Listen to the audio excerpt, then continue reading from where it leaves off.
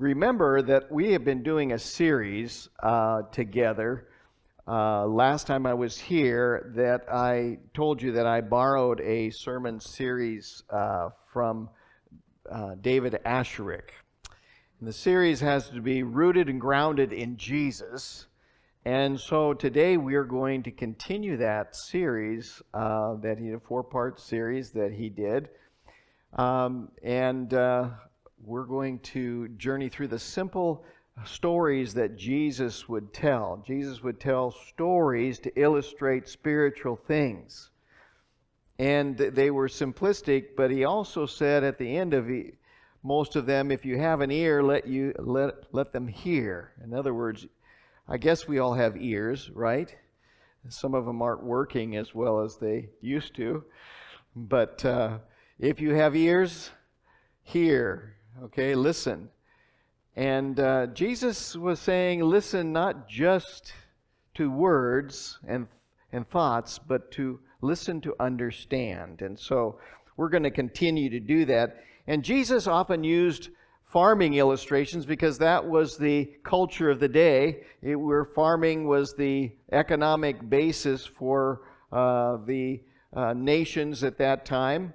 It used to be that way in this country as well. It used to be mostly rural and farming, and before the information age and industrial age, and there was farming. And so Jesus used those illustrations to teach us about his kingdom. He loved to tell stories. I remember when we were up in Alaska this summer, my grandsons was up in the loft of the cabin where they were sleeping. I told them it was a pigsty, that they lived like pigs. And they all laughed at that, and they told that to their parents, a big joke. And like their parents, it was some revelation to their parents. But I remember being up there with them, and my grandson, Brighton, said, "Grandpa, we love to hear your stories." So I would tell them stories at night. Jesus loved to tell stories. So our basis of our series is based on Psalms 1, where it says, "Like a tree planted by streams of water that yields its fruit in season, and its leaves do not wither." Okay, this is talking about someone who is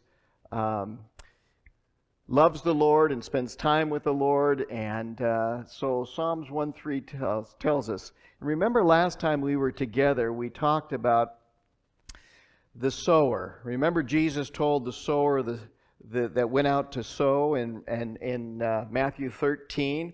And there were 4 types of soils. Remember, the soils were the path where the birds came down and ate the seed before it could germinate. Then we had the rocky soil, which germinated quickly, but because it didn't have any roots, deep roots, that it was when the sun came up and scorched them.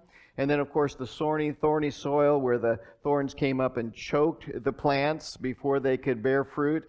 And then, of course, the good soil Jesus talked about was the soil where the seed germinated and grew and produced fruit. Remember, we talked about that last time in Matthew chapter 13. And we talked about that in this series, this 4-part series that we have, we talked about the soil. And today we're going to talk about the roots and the body of the tree, and then the fruit. That's what we're going to be covering here. And as you can see, the soil we talked about before was our environment. Remember, we talked about our environment, and there are things that we can control about the environment that we can't control about our environment. First of all, is I can't choose my family. Can't choose our parents. We can't choose our genetics. We can't choose our birth, when and where we were, and who we were born to. Those are things out of our control. And maybe even early health. Maybe there's health conditions that you were born with that you can't help. Or culture. The culture that you live in, you can't help. And the economy, you can't control. Boy, we've tried to control the economy, that's kind of out of our league. And then things that are happening in the world. These are things that are out of our control that may create the environment in which we are, or the soil in which we are planted. And so there are things we learned last time that we can control, right? There are things that we can control. Our attitude, whatever place we're placed at, we can control. We can choose our attitude towards that, or the choices that we make, or the words that we say, or the friends that we hang out with, our interests, our input, principles, and character, ultimately character. So these are the things that we can control in our life that will sweeten the soil, so to speak, of our environment, or where the gospel may be planted in our hearts. And remember, this is the story here, and I want to just go through this just to emphasize the second phase, or the root phase that we're going to talk about today. This is found in Matthew 13, 1 through 8, and this is the New Living Translation. It says, "Listen, a farmer went out to plant some seeds. As he scattered them across his field, some seeds fell on the footpath, and birds came and ate them. Other seeds fell on the shallow soil with underlying rock, and the seeds sprouted quickly because the soil was shallow. But the plants soon wilted under the hot sun, since they didn't have" what? Deep roots. They died.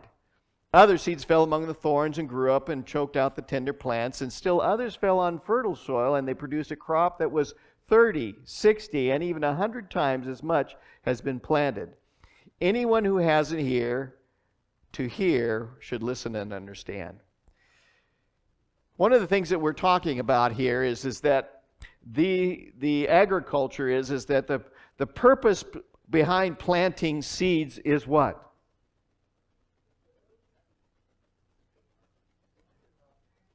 You want fruit, right? That's why we plant gardens. We plant gardens because we want what's at the end, right?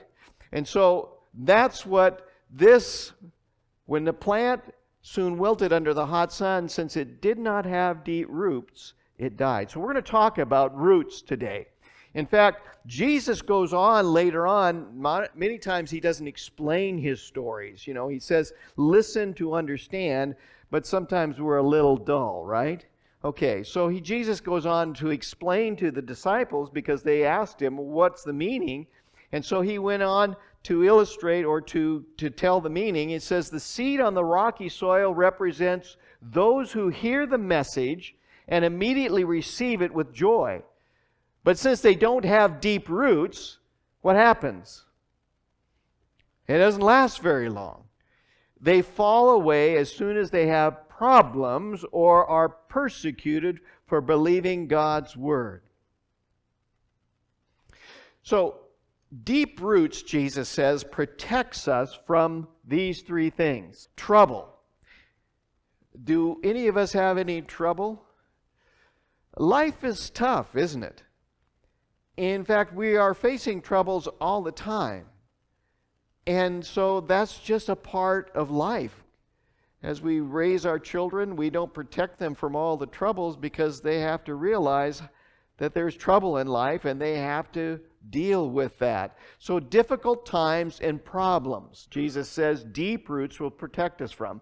Persecution. This is a type of trouble, right? A type of trouble that comes from others attacking us. Sticks and stones may break my bones, but names will never hurt me. Whoever said that never got persecuted, I don't think. They do hurt. And those kinds of persecutions are the attack. Those are troubles or problems that come from others. And then we have temptation. Jesus said that roots, deep roots, will protect us from temptation. When do temptations come in our lives? When we're at our weakest moments. When we are at our weakest moments, we oftentimes do things that we normally would not be doing, or that we, in those times of weakness, that we catch us off guard and temptations come. So Jesus tells us that deep roots protect us from trouble, persecution, and temptation. here we have a tree. Now, most of the time, what we see is what's above ground, right? Unless you're in my front yard, you can see that the roots are coming to the surface. But the point is that most of us don't see the roots. And so what we think about, what is the shape of a tree, we oftentimes think of a shape of a tree as a lollipop, right? It has a little stem and then a lollipop. But really, a tree is like a dumbbell, right? Because the tree is just or bigger below the surface than it is above. A healthy tree has a lot of roots, and they go deep. So, what do roots do? What do roots do? Well, there are 4 things that roots do. One is that roots absorb water and minerals from the soil. It absorbs, okay? 2, it anchors, okay? Roots in a plant or a tree anchor and support that tree, okay? Thirdly, it also transports water, okay, and nutrients all through the plant. And also, roots store water and nutrients as well. So we're going to take each of these and talk about each one of these and how they may apply to our spiritual lives, okay? So, are you with me? Okay, you following? All right, let's go. We're going to talk about absorbing. I want you to know this, that every one of us is absorbing something. We live in an age, information age, and everything, that we are bombarded by information and all kinds of... Why do you think that advertisers spend billions and billions of dollars to get your attention? It works. And we are all absorbing something. We are all absorbing something. And I hope you're absorbing something now, okay? But we're all absorbing something. In fact, today through media and other avenues, everyone is competing for your attention. And also that we talked last time about today in social media, the algorithms and how they target you. Advertisers target you because of your interests. They probably know more about us than we know about ourselves. And so they keep feeding you those things. And so we are absorbing something all the time. And what the question I have is, what you're absorbing, think about this, what you're absorbing, is it healthy? Is it going to make you healthy, or is it going to make you sick? Okay? Think about what you're absorbing. And I remember Dave took us on a hike, Monty, over to see that huge spruce tree up there on Bank Island.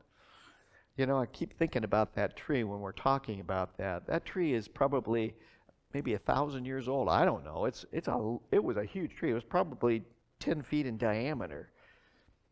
And circumference, I don't know, it's probably 20 feet in circumference. But it was a huge tree. And I'm sure that those roots, to survive this long, for all of those years, it had to have deep roots, absorbing nutrients all through those years. Nutrients and water to keep it healthy. But it was a healthy tree. And I see that we absorb all the time with our eyes, with our ears, with our tastes, with what we feel. We're absorbing all the time. Okay? And again, I ask, what is it that you're absorbing? Is it helping you, or is it hindering you? Is what you're absorbing helping you for those times that will be rough times, those problems that will come in your life, those troubles that will come in life? Is it giving you what you need? You know, the time that you spend absorbing God's Word may be preparing you for those discouraging times that we may face ahead in your life. Remembering the promises of God, right? Isaiah, I remember when I was headed towards surgery, Ken, to replace this hip, I was up all night the night before because I kept imagining what the surgeons would be doing to my bones. And I got a little scared, okay? And so I started praying. I said, Lord, is this really what I should do? Should I be doing this? And he brought me comfort by taking me to Isaiah 40, where it says that you will walk and not be weary. You will run and not be tired. And then he shared, he spoke to my heart and he said, listen, that body that you have is going to wear out. So don't hang on to it. I mean, it's just going to wear out. But I got a new one for you. So go ahead. It'll be okay. That is what spending time and remembering God's promises can do for you when you face trials and temptations and troubles. For those who wait upon the Lord will mount up with wings like eagles. They will run and not be weary. They will walk and not be faint. That was a promise. And we also have, if you don't have healthy roots, this is what it looks like. If you have healthy roots, the one on the left, you have a good healthy tree. On the right, you don't have a healthy tree. In fact, it withers. So we don't look at the troubles we can see now, Paul says in 2 Corinthians 4:18. Rather, we fix our eyes on things that cannot be seen. For the things we see now will soon be gone. But the things we cannot see will what? Last forever. We are to fix our eyes on the unseen, not the seen. And so when you see the troubles around you, remember that God's promises are the unseen, and the things that we see are only temporary. So also in Philippians 4:8, these are the things that Paul says we should be absorbing, right?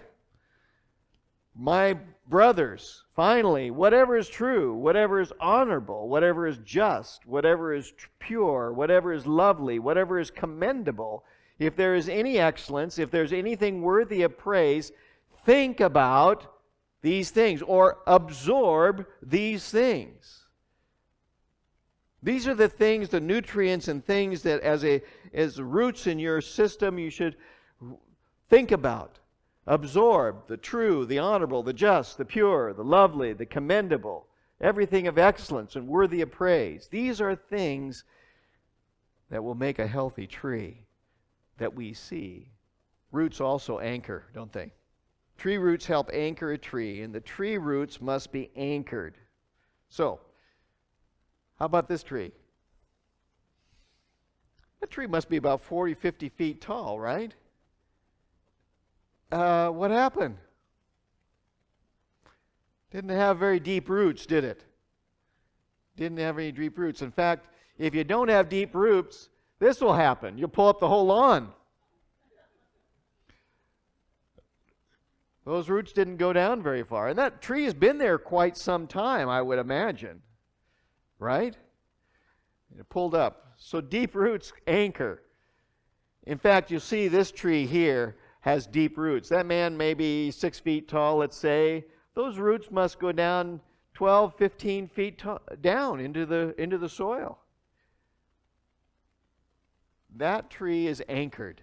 And only because you can see the erosion here that you can see the roots, but you can see that that tree has a good root system. So I want you to know that each of us are anchored to something. What is your anchor on? What is your anchor given? What is your authority? Who is your anchor? Some people may have a friend, or maybe their parents, or maybe someone else of authority in your life that you are anchored to. Maybe it's a news station. I don't know. Whatever it is, maybe, and I hope that it's God. But whatever you're anchored to, think about it. Is it solid or shaky? Is it firm or flimsy? And in times of trouble, is it going to hold? Is it going to bring you that security? Here's an interesting and wise quote. A small tree with deep roots will stand better in a turbulence than a large one with shallow ones. Hebrews 6:19 and 20 says this, "We have this as a sure and steadfast anchor of the soul," a hope. That hope is the gospel, the hope in Jesus that we have. We have a sure and steadfast anchor of the soul, a hope that enters into the inner place behind the curtain, where Jesus has gone as a forerunner on our behalf. He can be your anchor. Our hope is in Jesus, for He is a great anchor. Times when it seems like I couldn't hold on much longer. I remember one time I was in a pool of tears, sitting on the floor, thinking that things couldn't get worse. And guess what? They did get worse. And as I was in that situation, I began to complain to God. And then God says, "Do you want me to leave?" And I said, "No. I have nowhere else to go. Who else is going to help me?" The point is that our anchor is placed on Jesus, who has gone before us, and now He's interceding for you, and the unseen is His ministry for you in that heavenly sanctuary, preparing a place for you to live eternally. That is our hope. That is our anchor that we hold to, Paul says. Roots also do transporting. Transports nutrients and water to all parts of the tree. It's a highway system of nutrients, sort of like our our circulatory system. A tree or plant has this system. What are you transporting, though? What are you transporting from below and visible in your life above? Right? What are you transporting?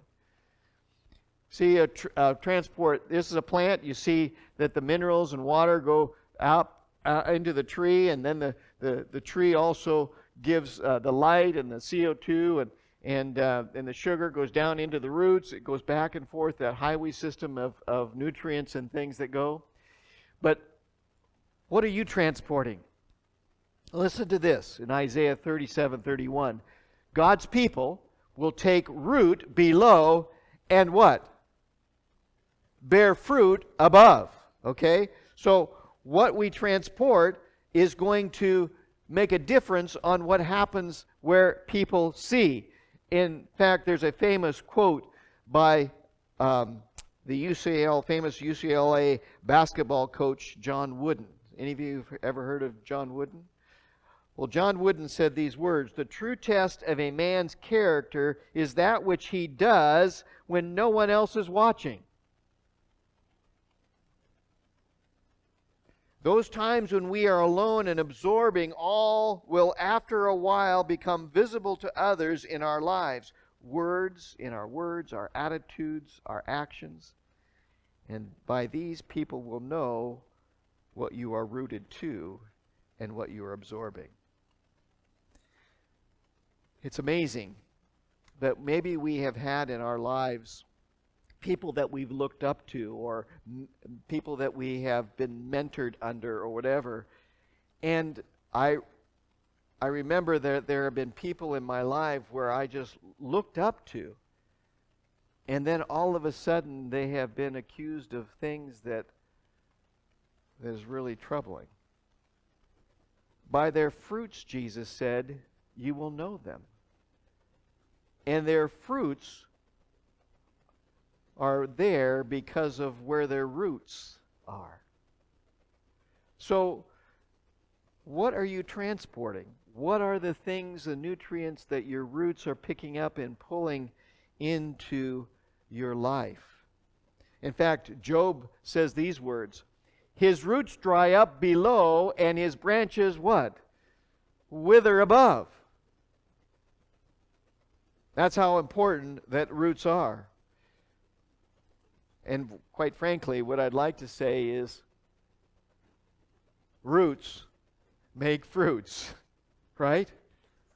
Roots make fruits. And maybe you could say, Jesus said, by their fruits you shall know them, but maybe we could also say, by their roots you will know them. By their roots. Okay. Roots also store. Now this is something new to me. I knew about all those other things, but I didn't know that roots actually store. They store. They have storage. Okay? I thought this was roots store for times of need. So I'm going to ask you the question, are you ready for rough times? I'm not sure whether I am. I mean, look at all the creature comforts that we have in this life. Some of you who have traveled overseas, we went on a mission trip to Mexico, and I remember that we just didn't have the comforts of home. I thought it was rough in Alaska because we didn't have internet or phone service.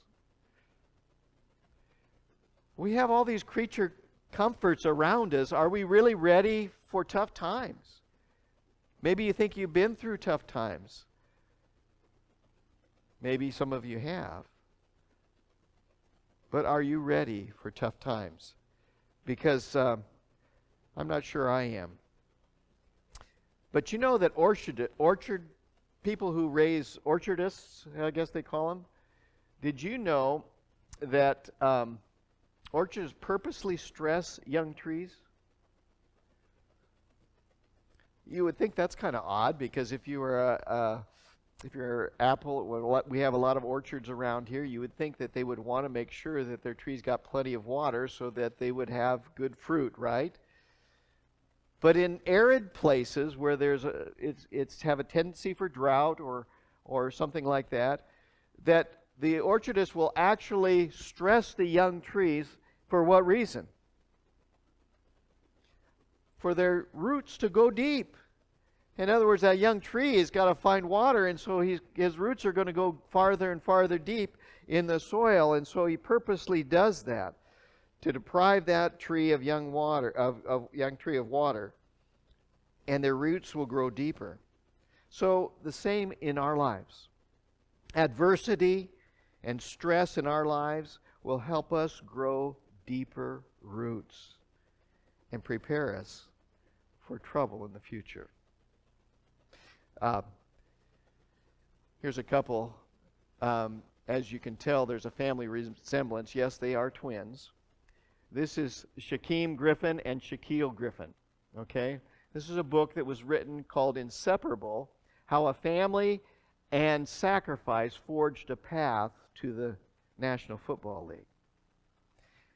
What's interesting is if you can notice that Shaquille there has no hand, no left hand. Do you notice that? How do you play football without a hand? Okay? Well, the story is here that Shaquem, his twin brother, was recruited by Central Florida University.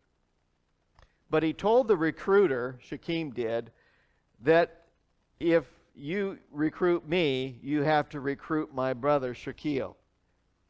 You get all of us or none of us, which I thought was quite an amazing thing. And so they wanted them so bad that they recruited, and they both went to Central Florida and played there for that team.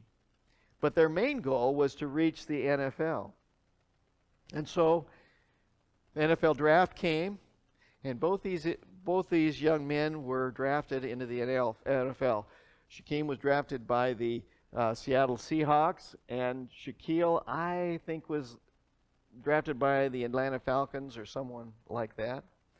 Does anybody know?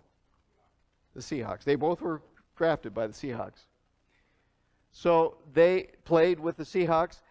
This was an instrument that, in this book, I'd love to read the book, but I am sure that the challenges and stresses that he had with playing football with one hand was the stresses in his life was an amazing story on how those stresses he was able to overcome.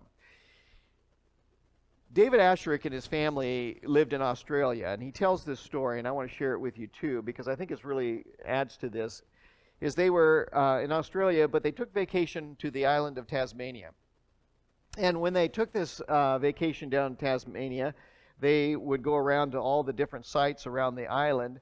And during the vacation season, there were many families that would do the same kind of loop. And oftentimes when they would get to camping spots along the way, they would recognize the people, and they would always be there together. And so they noticed a family that was there because their kids were about the same age, and so the kids would play together, and they would see each other that night at the next campground. And so they began this one campground. They actually had sites next door to each other, and so they began to build a friendship. Found out that they were Christians as well, and they began to talk around the campfire.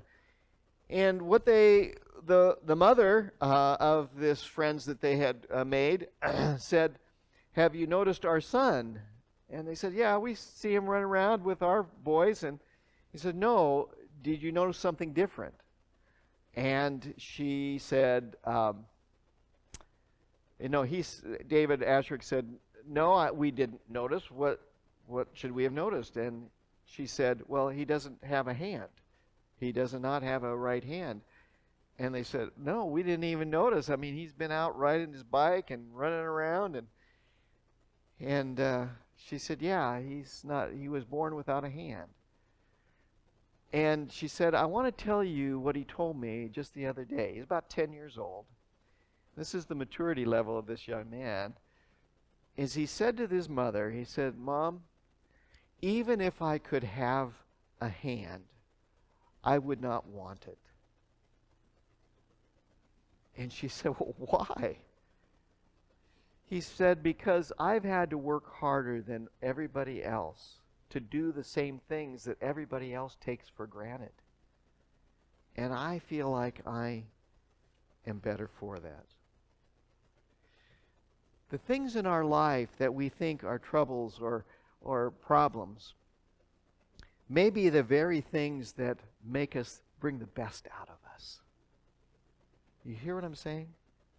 God oftentimes allows these things to happen so that we can be better versions of ourselves. And those things help us to grow and sink our roots deep and to be able to be ready for those tough times that we have. You know, the other concept of agriculture is grafting. Everybody know what grafting is? Grafting is something that we've seen done. There are two parts to the grafting. And by the way, grafting is something that is done quite a bit by people who are... I noticed somebody one time said that they had grafted like about 15 different varieties of apple on one tree. That's amazing, okay? But this is what you have. You have the scion, which is what you see there at the top, where it's whittled down to a sharp, wedge, and then you have the rootstock, which is, a stump, a live stump that they've cut the tree, and then they take a wedge and split that open, and then they put the scion in there close to the edge, because that's where the growth is of the live part of the tree is the outside, and so that's what they do, and then they wrap it up, okay? They wrap it up. And so I don't know if any of you have been to Northern California. Have you seen a few of these? The orchards in California are full of walnuts, right? Walnut groves there, orchards. And especially in Chico, where most of my family lives, and you drive over from the I-5 over to Chico, and you'll see a lot of these orchards. And I always wondered these are weird trees. But what you have here is that you have a rootstock, and these trees were grafted in. Now, one of the things is that I guess because of maybe the soil and the area there in Northern California, black walnut trees do better. They have a better root system, and they're healthier, and they're more hardy, okay, from the stresses. But most people don't like black walnuts. They like English walnuts. English walnuts are bigger and they're plumper. How many of you like black walnuts? Anybody like black walnuts? I like black walnuts.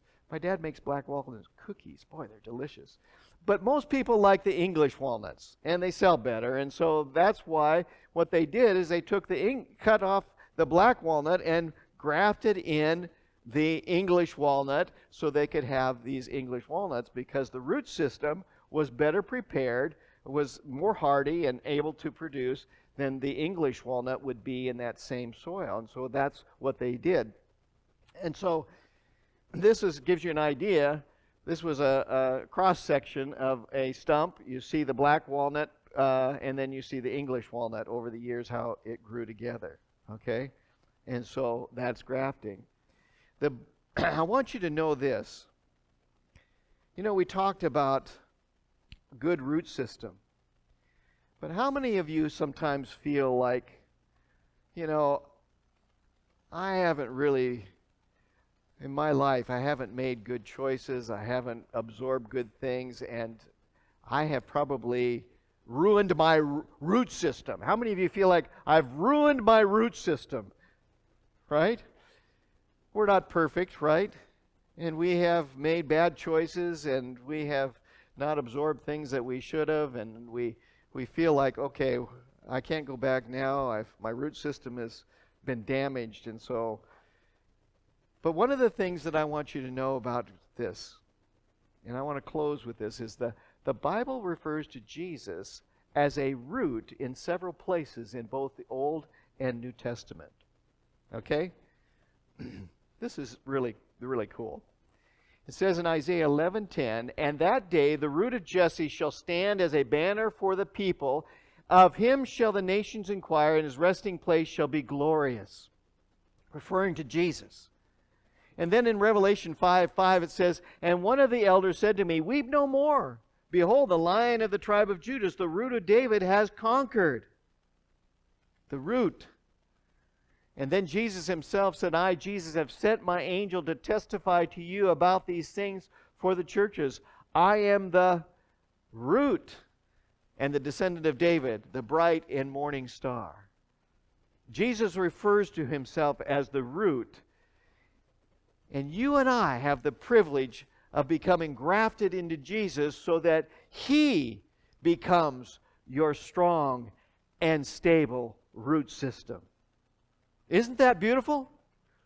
The analogy of this is so beautiful because now the root system that you had and that you and I messed up with, we can have a new root system by just being grafted into Jesus. Jesus said these words, "Abide in me and I in you,